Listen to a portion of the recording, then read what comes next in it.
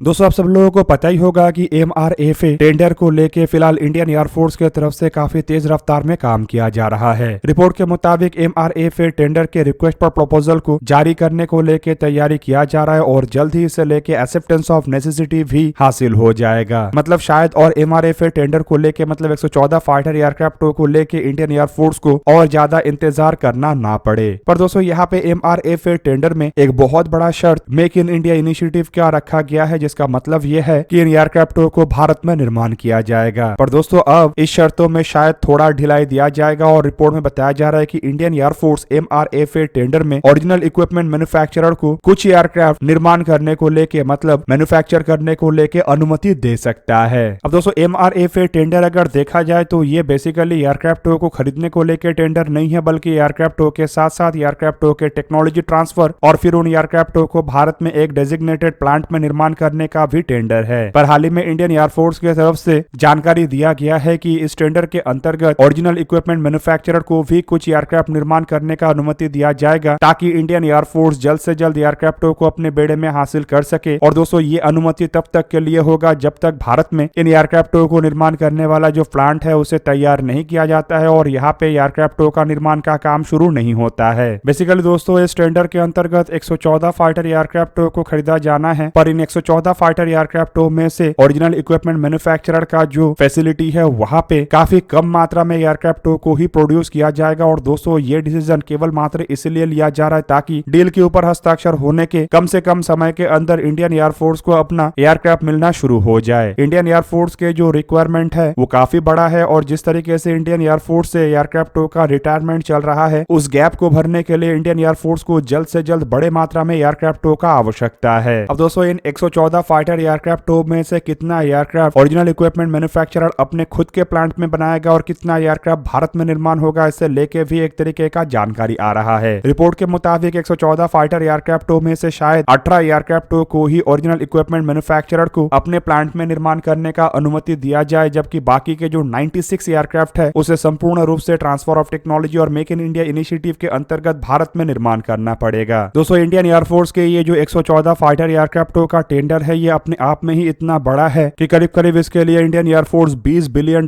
खर्चा करने जा रहा है। और दोस्तों शायद इन्हीं कारणों के वजह से दुनिया के बड़े बड़े कंपनी अपने एयरक्राफ्टों को लेके खाली ऑफर ही नहीं कर रहा है, बल्कि एक तरीके से भारत के सामने अपना सर झुकाए खड़ा हुआ है। पर दोस्तों वहीं पे इंडियन एयरफोर्स का ये भी मानना है कि ये जो प्रोसेस है ये काफी लंबा है, जिसमें कि रिक्वेस्ट पर प्रपोजल, एक्सेप्टेंस ऑफ नेसेसिटी, उसके बाद नेगोशिएशन, फिर भारत में मैन्युफैक्चरिंग के लिए प्लांट को तैयार करना, फिर पहले एयरक्राफ्टों के रोल आउट और फिर एयरक्राफ्टों को इंडियन एयरफोर्स के बेड़े में शामिल किया जाएगा। और इसके लिए कम से कम 36 से 42 मंथ इंतजार हो सकता है। और दोस्तों इसमें अगर डिले होता है तो ये इंतजार और लंबा हो जाएगा। हालांकि दोस्तों इस तरीके के डिले को अवॉइड करने के लिए ही इस प्रोसेस में कुछ एयरक्राफ्टों को ओरिजिनल इक्विपमेंट मैन्युफैक्चरर को निर्माण करने का अनुमति दिया जा रहा है। बेसिकली दोस्तों इससे जिस समय में भारत में मैन्युफैक्चरिंग प्लांट को तैयार किया जाएगा उस समय में इंडियन एयरफोर्स को एयरक्राफ्टों का डिलीवरी बरकरार रहेगा। अब दोस्तों देखा जाए तो इस तरीके के प्रोसेस ऑलरेडी C295 एयरक्राफ्टों के डील में भी अपनाया गया है। और आप लोगों को पता ही होगा कि 56 एयरक्राफ्टों को खरीदा तो गया है, लेकिन उनमें 40 एयरक्राफ्टों को भारत में मैन्युफैक्चर किया जाएगा, जबकि बाकी के जो 16 एयरक्राफ्ट है वो ओरिजिनल इक्विपमेंट मैन्युफैक्चरर का प्लांट मतलब एयरबस के स्पेन स्थित प्लांट में ही बन के इंडियन एयरफोर्स को मिलेगा। अब एक तरफ दोस्तों भारत में मैन्युफैक्चरिंग प्लांट को तैयार किया जा रहा है और वहां पे एयरक्राफ्टों को निर्माण करने का काम को अंजाम दिया जा रहा है, तो वहीं पे दूसरी तरफ इस दरमियान इंडियन एयरफोर्स को लगातार एयरबस कंपनी से एयरक्राफ्टों का डिलीवरी भी हो रहा है, जो कि एक तरीके से इंडियन एयरफोर्स के जो रिक्वायरमेंट है उसे भी पूरा कर रहा है और मेक इन इंडिया इनिशिएटिव को भी पूरा कर रहा है। पर C295 एयरक्राफ्ट और 114 फाइटर एयरक्राफ्टों में अंतर यह है कि C295 एयरक्राफ्टों के टेंडर के अंतर्गत जहां पे ओरिजिनल इक्विपमेंट मैन्युफैक्चरर को करीबन 29% तक एयरक्राफ्टों को अपने प्लांट में निर्माण करने का अनुमति दिया गया है, तो वहीं पे 114 फाइटर एयरक्राफ्टों के टेंडर में केवल मात्र 15% एयरक्राफ्टों को ही निर्माण करने का अनुमति दिया जाएगा। हालांकि दोस्तों C295 एयरक्राफ्टों के टेंडर में यह भी बताया जा रहा है कि भारत और एडिशनल एयरक्राफ्टों को खरीदेगा और दोस्तों ये खरीदारी संपूर्ण रूप से भारत के ही उस प्लांट के अंतर्गत होगा। अब दोस्तों इस ओरिजिनल इक्विपमेंट मैन्युफैक्चरर को एयरक्राफ्ट निर्माण करने का जो अनुमति दिया जा रहा है इससे एक तरीके से ऐसे कंपनियों को राहत मिलेगा जो कि भारत के टेंडर में अपने एयरक्राफ्टों का ऑफर किया है, क्योंकि दोस्तों संपूर्ण रूप से अगर एयरक्राफ्टों को भारत में निर्माण करना होता तो इससे कंपनियों को काफी कम फायदा होता, लेकिन अगर कुछ एयरक्राफ्ट वही से ही बन के भारत को प्रोवाइड किया जा सके, चाहे वो संख्या में कितने भी कम हो, तब भी उनके देश में थोड़ा बहुत जॉब जनरेशन होगा। हालांकि दोस्तों इससे कुछ लोगों को लग सकता है कि भारत को नुकसान होगा, लेकिन दोस्तों इससे भारत को भी फायदा है, क्योंकि समय से पहले भारत को एयरक्राफ्टों का जरूरत है और एक तरीके से प्लांट बनने के दरमियान अगर एयरक्राफ्टों का डिलीवरी भी बरकरार रहे तो ये भारत के लिए ही अच्छा है। दोस्तों आप लोगों को क्या लगता है कि ओरिजिनल इक्विपमेंट मैन्युफैक्चरर को कुछ एयरक्राफ्ट निर्माण करने का जो अनुमति देने का बात कहा जा रहा है, क्या ये डिसीजन सही है या फिर संपूर्ण रूप से 114 फाइटर एयरक्राफ्टों को भारत में ही निर्माण करना चाहिए? कमेंट करके अपने राय अवश्य दीजिए। दोस्तों आज के इस वीडियो को यही पे ही करते हैं समाप्त। किसी और एक दिन किसी और एक वीडियो में मिलेंगे, तब तक के लिए जय हिंद, वंदे मातरम।